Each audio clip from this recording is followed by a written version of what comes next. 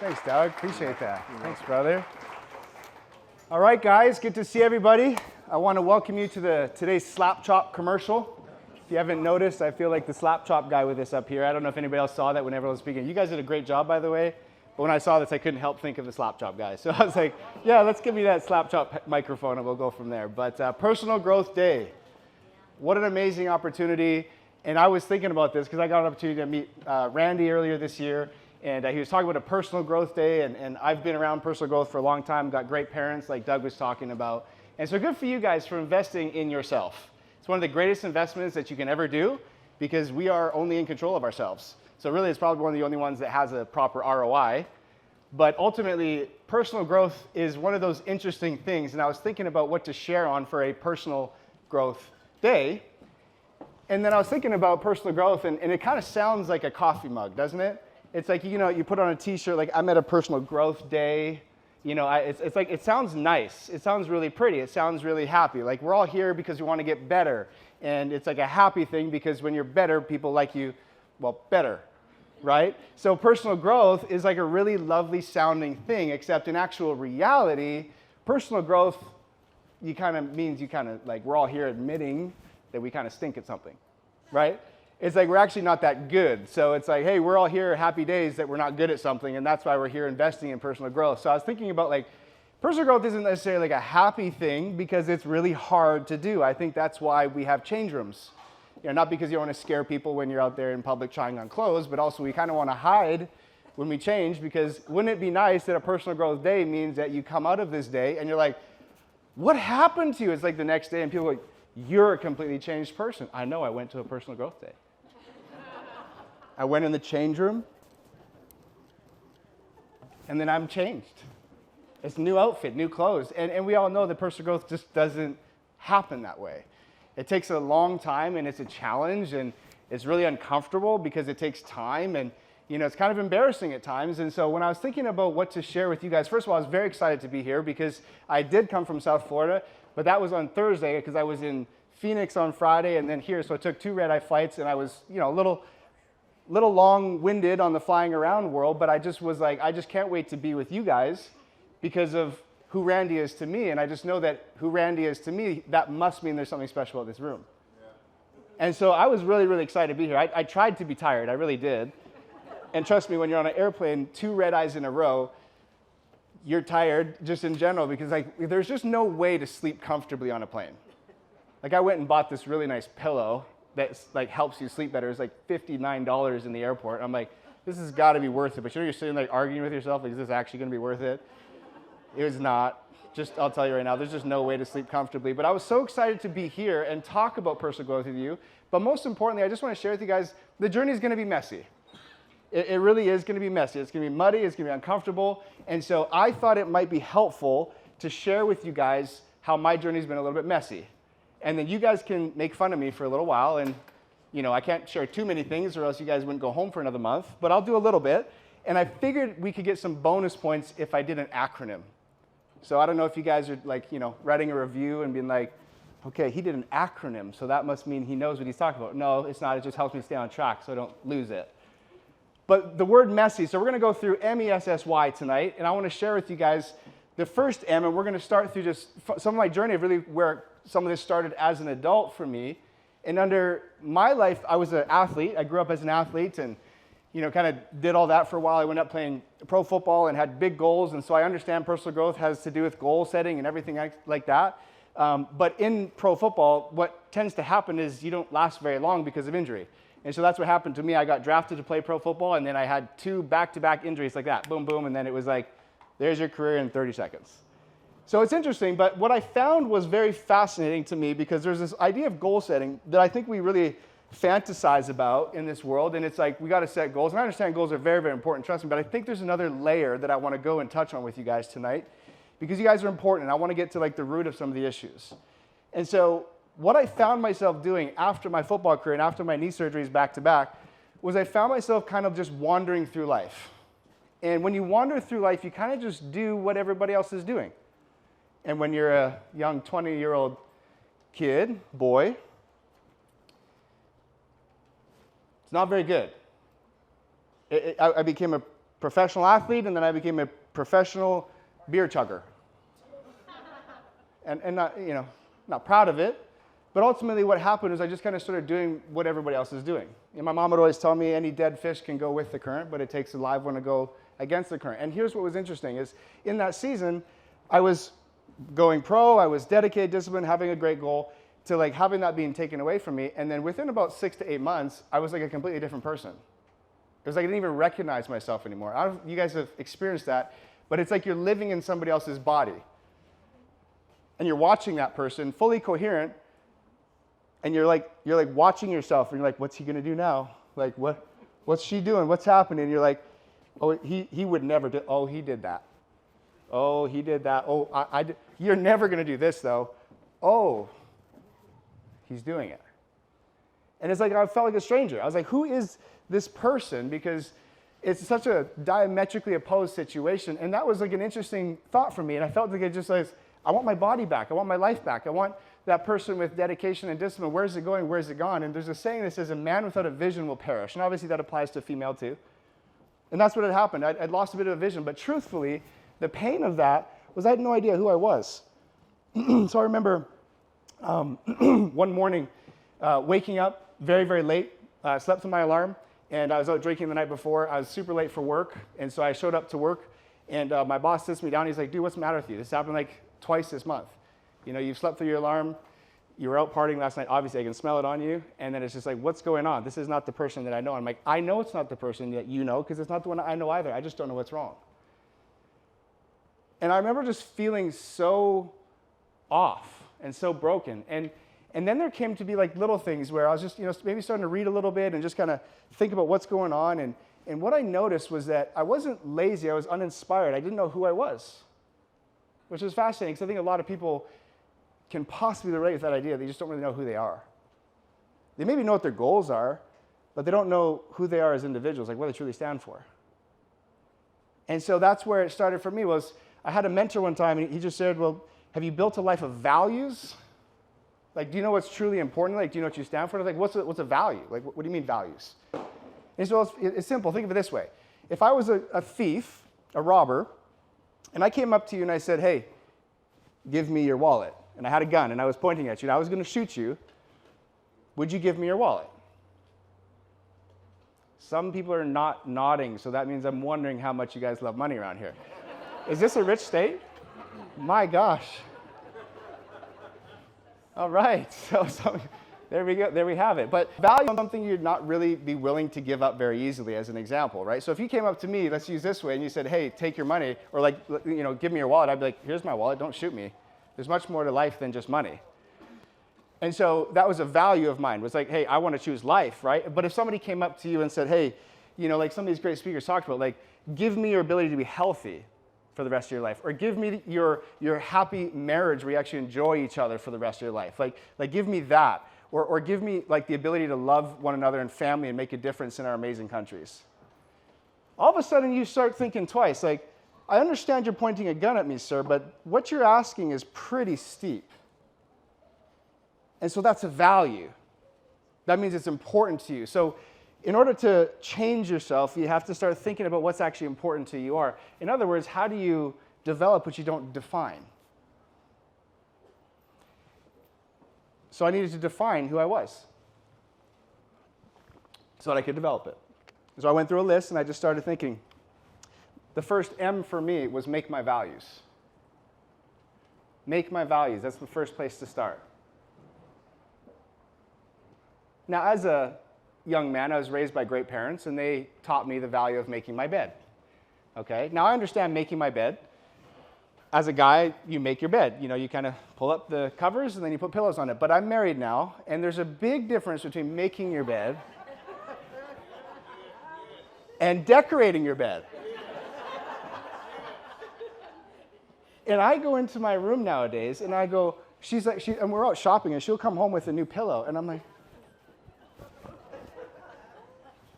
what is it with you girls and pillows on the bed? It's like the bed, and now it's not making the bed, it's pretty. Yeah, it's pretty. Okay, I get it. I have 400 on my bed now, so thank you, ladies. I mean, it is pretty, but there is a limit at some point. All right, yeah, that's right. Pillow fights. So that's the thing that I was thinking about. Is like if you make our bed, we got to start with making our values. And if you make your values, you make your bed. You do it every single day. So that's how you know how to live out your life and start designing a life that you're proud of, that you're aware of. So then I started going down a list. Okay, what's really important to me? And I'm not going to do a sermon for you guys tonight, but I started thinking, hey, if I was to die tomorrow, what's going to happen?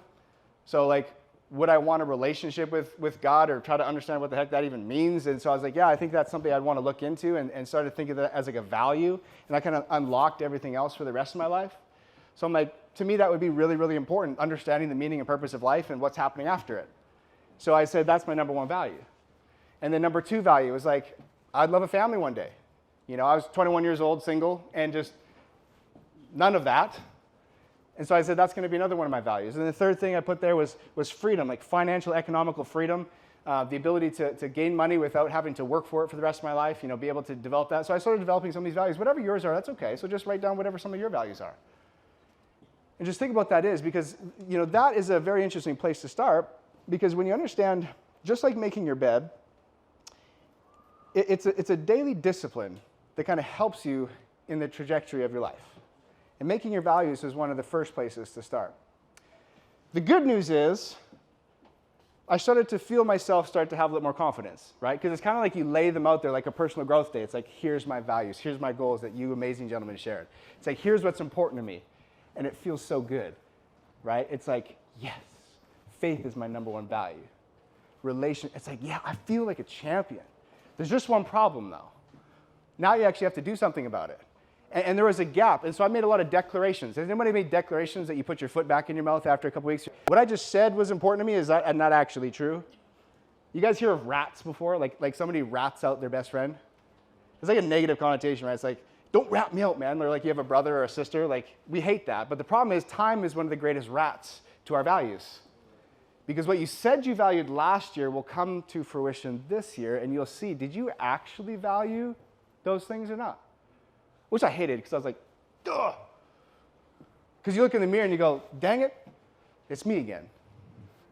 And so that's why time can be one of those things. So here's the problem. The second thing that I started thinking about was that I made these declarations particularly to my wife, and she's an amazing girl, but the problem is she was married to me, and I made a lot of declarations. In fact, I got down on one knee, and I said, baby, it's me. I'm going to promise you a future.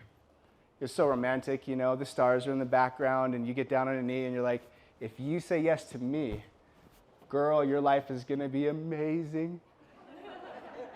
I promise you. I'm down on this knee here, and it's so great. The problem with that, though, is that she goes, okay, I trust you. We're going to have an amazing life, and then there's like, what happens? And the values that I declared, it was hard to demonstrate. It was just hard in all reality, and it was messy, and I made all these promises that I just wasn't keeping. And so that, for me, was a very, I don't know if you guys have ever felt this. You guys know what it's like to maybe be fired. I don't know if any of you guys have been fired before. It's amazing. It's a wonderful experience. My first time getting fired was by my own mother. So if anybody knows a good therapist, just let me know, and I'll hit you up after. But no, amazing. I deserved it. My mom owned a gym, and I was being a young boy, so that's just reality. She's amazing. But I remember the feeling of just sitting down with my wife, because here's what's interesting is that your spouse literally knows everything you do, right? And don't do. And I can tell you, honestly, man, one of the hardest conversations in my life is going to her and being like, those things I said I stood for? I know that you know that. I just want you to know that I know. It's not happening. And it's one thing to say it to a buddy, I said I was going to lose some weight last year, and I totally did it. That beer was way too good. It's like one thing to do that, but to do it to a family, it freaking crushed me. It was tough. And it still is tough, because you're living with an accountability partner. I feel like I'm living with Jesus every day. It's just like, stop watching me. Because it's challenging. You're constantly challenged through it. And I honestly, I was like, so what do I do from here? And the second E for me was to learn to embrace no. I was declaring all these values, but they weren't prioritized, and I was trying to get good at everything at one time. And there's multiple reasons for that, which I can get to, a couple of them today. But one of the things for me was that the second E was I was saying yes to all my values, and the problem was I wasn't good at any of them. And how many guys have put too many on their plate before and kind of just been like, when you start multitasking or doing too many things at once, like you just aren't good at all of them? Which is bothersome for you like type A people out there, because you're like, hey, there's no way I said it, that's going to happen, I can do it all. No, I couldn't. So I had to learn to embrace the no. I remember going to an event one time. We had this kind of leadership gathering. It was at Gull Lake in the middle of nowhere in Canada with some leaders. And we were up there, and I remember it was fun. We did like baseball games and different fun events and everything like that. And I remember like going up to this guy who developed amazing wealth in his early 30s, and he had a great marriage too. So not just wealth and finances, but I asked him, I said, so like, how do you do it? Because I started comparing myself. You know what I mean? Like, if you can do all this, like, how come I feel like I can't? And he asked me, he's like, so have you ever thought of like prioritizing your values? Like putting them in order of importance and like putting that in your calendar? And I was like,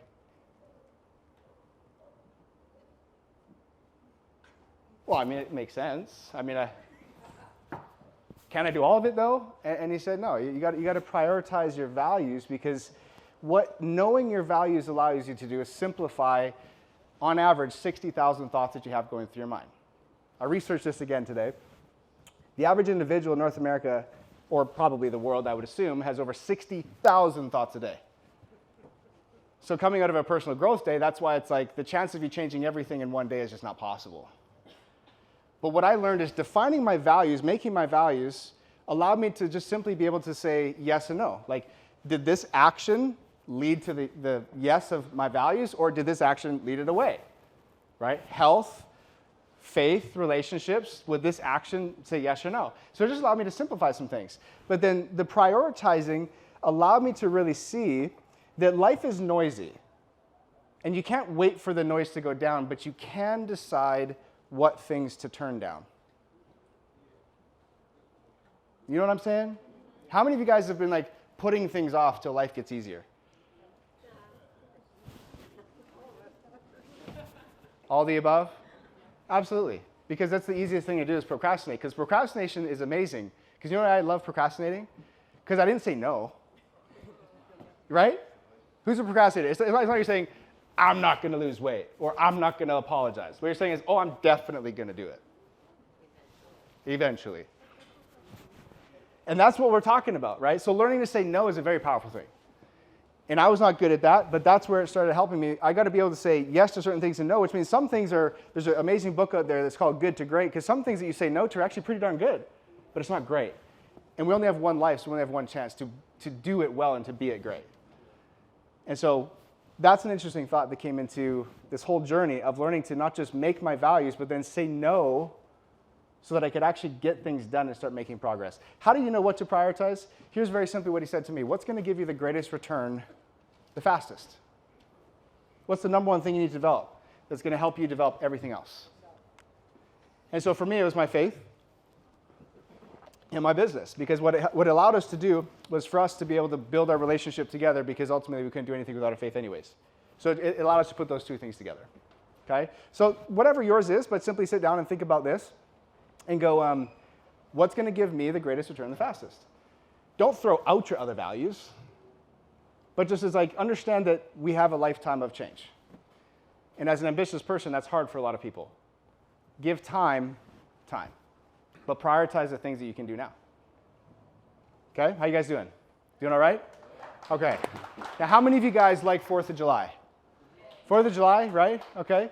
So 4th of July is an amazing celebration. Anybody seen big firework displays of 4th of July? Right? I mean, around here with New York right down the road. Right here at this winery. You do fireworks here, Randy?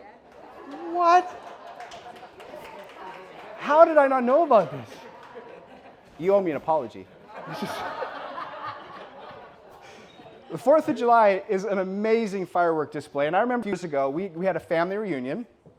And we went kind of camping as a family. We all went out, and this little tiny little farmhouse that all it had was like a kitchen and like a place to play ping pong and stuff like that. And then outside was just like, baseball diamonds and everything else. So my brother and I thought it'd be a great idea to go to the gas station and get some fireworks because we're in the middle of nowhere and we would miss Randy's firework display. And so we went out and we got some fireworks and, we went and set them all up and waited for it to get dark. And we gathered all the family around and lots of us all gathered around. My brother and I went out and got our little torches and we started lighting these fireworks. And we were all jacked up for this massive 4th of July celebration.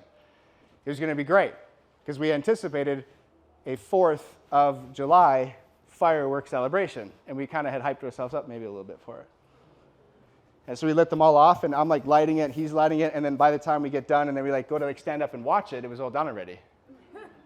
And I was like, looking like did they go off already? And I was looking at my brother and I was like, oh man, this is not good.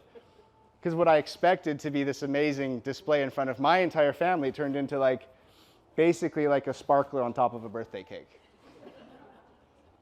You ever done that before? Bought some fireworks only to be like, this is actually pretty lame. And see, I'm just going to go to Randy's. That's what's going to go happen. So that was a big part of it. It was because here's the thing, I expected the 4th of July celebration. Here's again, one of my faults is I expect things to happen big. As an ambitious person that you guys are being in this room, I expected big. I expect a firework display coming out of personal growth events.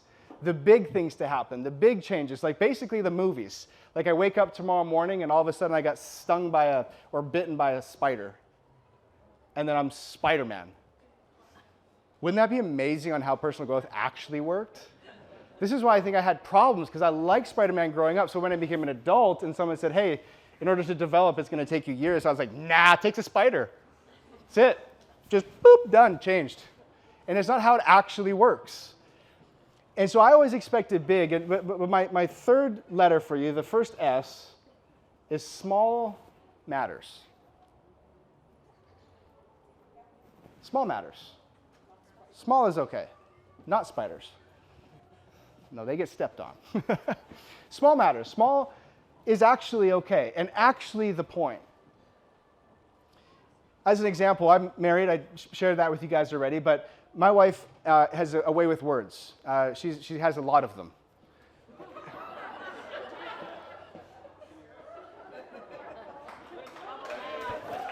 Let's check it over here to see if they're behaving. They're like, no, it's good, it's good. Good job, Goy. Yeah, it's right. So my wife has a lot of words, and I don't mind listening to her, but my wife, will come up to me and just start sharing with me, right? And now as a guy, I don't know if you guys can, be with me for a minute on this one, that when your wife starts sharing things with you and she has a lot of words, is that not an immediate, you go in my mind, oh, that means you need my help and you need my advice, right? That's what that means, right? Yeah, so as soon as your wife is giving you all the words, you're now supposed to fix her as soon as she's done speaking, right? Why are the ladies laughing? Yeah, right? So that was for me. It was I would just assume. So when my wife is done talking, I'm like, all right, so here's what you need to do. One day she pulled a knife out, and she didn't actually do that. No, she didn't do that. She actually did not do that, but wouldn't that be hilarious? Basically, she did. She just looked at me, and she's just like, she's like an amazing girl. I still remember this, because we're first year in marriage probably. I'm driving the car, and she literally she's an amazing girl. She says, don't effing try to fix me, but not I cut it out for you, Randy, so you don't have to do it, right? And I was just driving, and I was like, you know what I'm talking about as a husband? If you don't make any subtle movements, you might kind of disappear a little bit. So I figured, because my wife is so kind and soft and gentle and just an amazing woman, but she's just like, don't effing try to fix me. And I was just like, okay, that was not where did you go? What happened? And I was just sitting there, and then finally after a while, she just kind of shared with me, and she's just like, I don't need you to fix me. And I was just like, well, then why are you saying all these things? Why are you telling me all these things? And so then it kind of dawned on me that, in those moments, the small was okay to simply be instead of trying to fix everything, just go just a small little question probably actually saved my life, to be honest with you. That's probably why I'm here today. No knives or yelling anymore, maybe some yelling, but just, a little bit different. But I just learned a little small question at the end of our conversations, which is, what do you need from me? How can I help? And that little sentence seems pretty small, but in our relationship made a big difference. Because sometimes she just says, I just need you to listen to me, which as a man, I have no idea why that's doesn't make any sense. Like, why would you use all these words and not fix anything? But that's what you said you need, so I'll just listen. Sometimes she said, I need a hug. I like that one, that's nice. And then sometimes she says, I need your advice. And I'm like, okay. Small's pretty good. Small can matter. Small makes a difference. And so, guys, when you're living your life trying to get better, it's the small little things. If you're trying to eat healthy, it's the decision to say, this is just not who I am. I'm making this small little decision. And over my life, I've learned that small matters. It's okay. These things will turn. It's like a Titanic. Just hopefully it turns fast enough this time. And it's going to take you a while, but if you don't quit, it's a lifetime of happiness. It's a lifetime of growth. So small matters. Now, the thing about personal growth that's really interesting is so far when I was studying this stuff and I was looking at it and I was thinking like, okay, so in my journey, here's what I've come to realize about myself is I also worry a lot. I don't know if any of you guys in this room worry, but I worry, and that's probably where some of my ambition comes. So there's also a good and a bad to things. But for me, it was a little bit of like, I would always think about, I got to do all these things, like live by my values, make small, good decisions, be super accountable, and it kind of sounds exhausting sometimes. And to be honest with you, the question that's haunted me for my life and but to this moment here that I'm still working on, is can I really actually do it? Like, here's the life that I envision, which you guys did a great job sharing that, and I envision it and I see it clearly, but then the little voice in my head sometimes say, well, can you actually do it though? Like, can you actually learn to bite your tongue when your spouse is angry or whatever, and soften, and can you actually go through the sanctification process, the developmental process? And that's been a painful thought. And I think for a lot of men, we struggle with that because we are wanting to make you look happy with us, especially if we're in a relationship, or if you're like single and you're trying to figure, the process is often the most challenging. And that's where the most doubt can be blossomed in that situation. So what I learned in this situation is I just have learned, guys, that I cannot do it on my own. Now here's the problem. In case you're wondering, the fourth S is seek help. Fourth S, fourth letter. I am learning to spell. My 7-year-old is teaching me. You can thank her after. Seek help. Now, the problem is women are like, I don't even need to write that note down, idiot. Guys are like, what did you say to me? What do you mean seek help? You guys understand the word mentorship? You guys ever heard that word before? Okay. There's a reason why it's mentorship. Because it's not womentorship, because womentorship love that kind of stuff. But men need it a lot. But here's the thing. I was trying to think about like, well, how do I make this like for me? Because it's hard, to be honest with you. I'm like the most coachable, uncoachable person ever. I don't know if you can relate with me, but it's just like I really appreciate getting feedback, but I actually hate it at the same time, which is hilarious to me because it's like I remember asking my coach one time some questions, and then he sends me back a message because I asked him for help. And he gets back to me and he goes, here's what you should do. And I was just like, he doesn't even know what he's talking about. And I was like upset about it. I asked the question, just so you know, yeah. So I asked the question, and then I was like, where is this coming from? Because I like the words I know. Like most guys, I know where I'm going. I know what I'm doing. We value the knowledge, but we don't value the partnership. We value, my dad would always say, to know and not to do is obviously not to know. And so that's where, for me, I just realized I'm not going to make it out of this alive. Just really, to be honest with you, I'm just not going to be able to do it on my own. So then to wrap that up, essentially I learned the value of being okay not being okay, because we're in a country that if you ask somebody how they're doing, they're supposed to say, okay, I'm good, I'm fine, everything's all good. When actual reality, if you value personal growth, it means you value vulnerability. Because at some point with some people in your life, there's always something you're working on. So think of it this way. Anybody move recently? Right? I just moved recently, and I was texting everybody I knew. It's like, can anybody come over, please? Because the thought, here's one thing I know. If you moved recently, you never thought, you know what, I'm going to do it on my own. Right? Even guys are like, yeah, that'd be stupid. So I'm going to invite all my friends over, and I'm going to try to get them food and everything else because I don't want to do their own. Right? Nobody wants to move on their own. So can we consider that that's actually applicable in our growth as well? is that when we're growing and trying to get better, it's not about knowing. It's about partnership. Who is partnering with you in your life? Who's helping you move the couch? Who's helping you move towards a better marriage? My dad said, show me your mentor and I'll show you your future. It's not because you don't know all the knowledge. It's most likely because you know the knowledge, but you're beating yourself up because you're not doing it, and you just need to be around people that are helping you. Seeking help, in other words, is wise. It's not weakness. If you want to go to the next level, it is an impossibility to go all the way without help. That is why, if you look at the NFL, there's not a single championship team that did it without a coach. And so your championship team is in your own home. Who's your coach? Find them. Work with them. And that's going to make a big difference, because what I've learned from me is I kind of mess things up. I'm good at that. Wish I wasn't.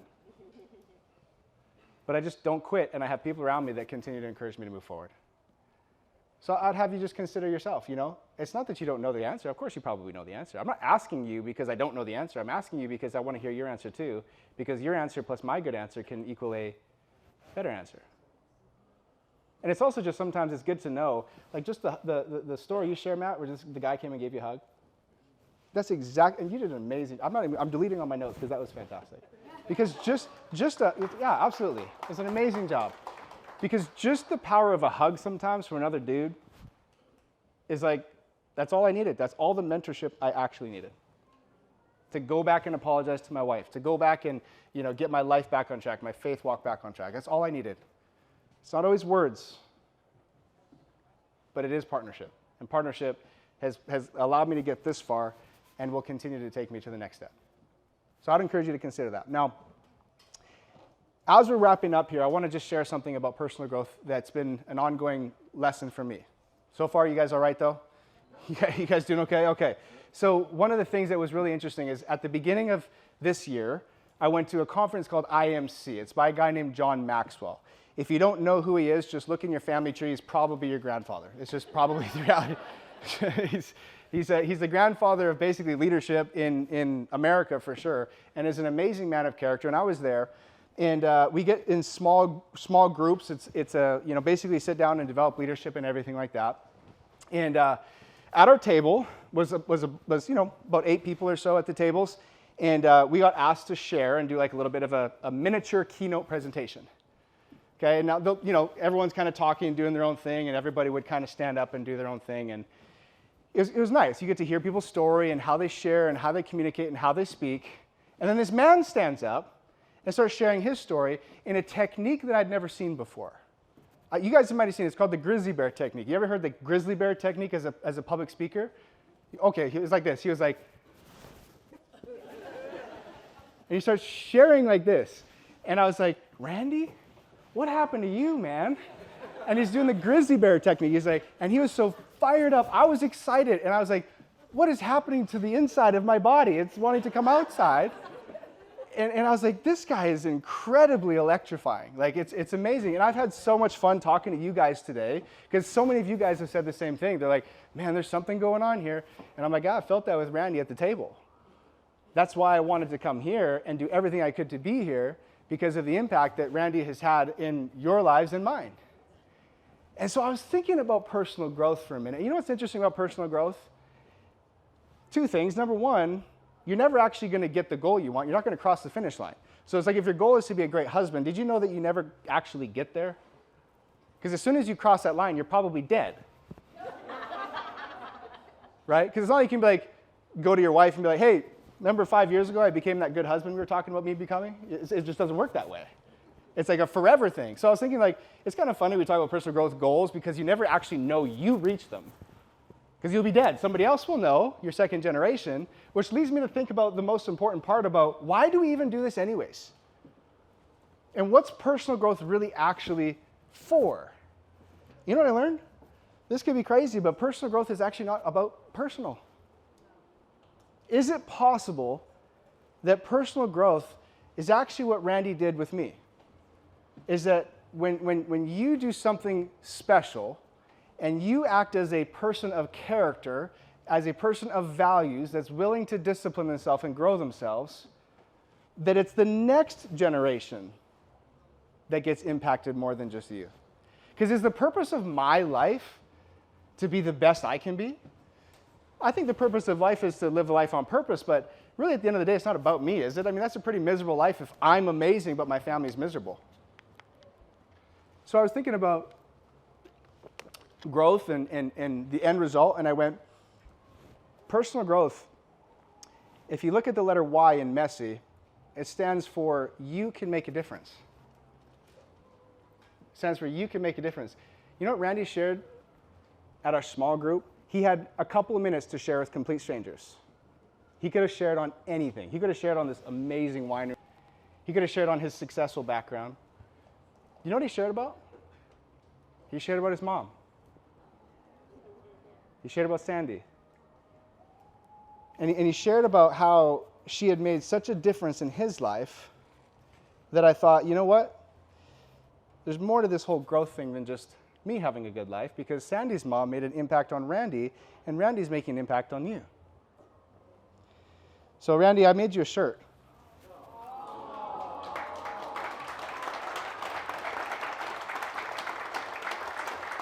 And so you can feel free to come get it if you want, brother.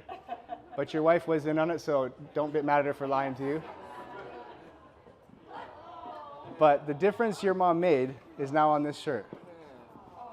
Man. There you go, buddy.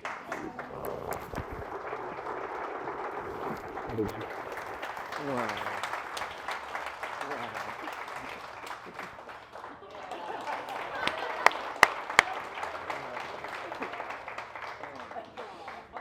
Thank you, Tiffany, for that. Guys, your discipline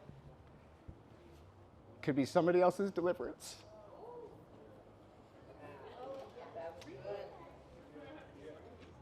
Why do we discipline ourselves in our flesh, in our life? Why do we not give up, even though maybe it's been 20, 30 years and you haven't done it yet? Your discipline could make a difference to your kids, to your grandkids. You're not dead yet, so don't be done yet. And I just want you guys to know that you can make a difference. Perhaps the reason why we work so hard and learn from these great speakers is because not what can happen to us, but what can happen through us. So I want you to think about that, okay? All right. Now I'm done, but I wanted to do something a little bit interesting. I wanted to give you guys my personal cell phone number in case there's anything I could do for you. Okay? So if you want to take out your pen, my number is 772-341-7645. And that is my personal phone number. And if you ever need anything from me, call me. Anything I can do for you, let me know. Have a great rest of your night, guys. God bless. Love you all.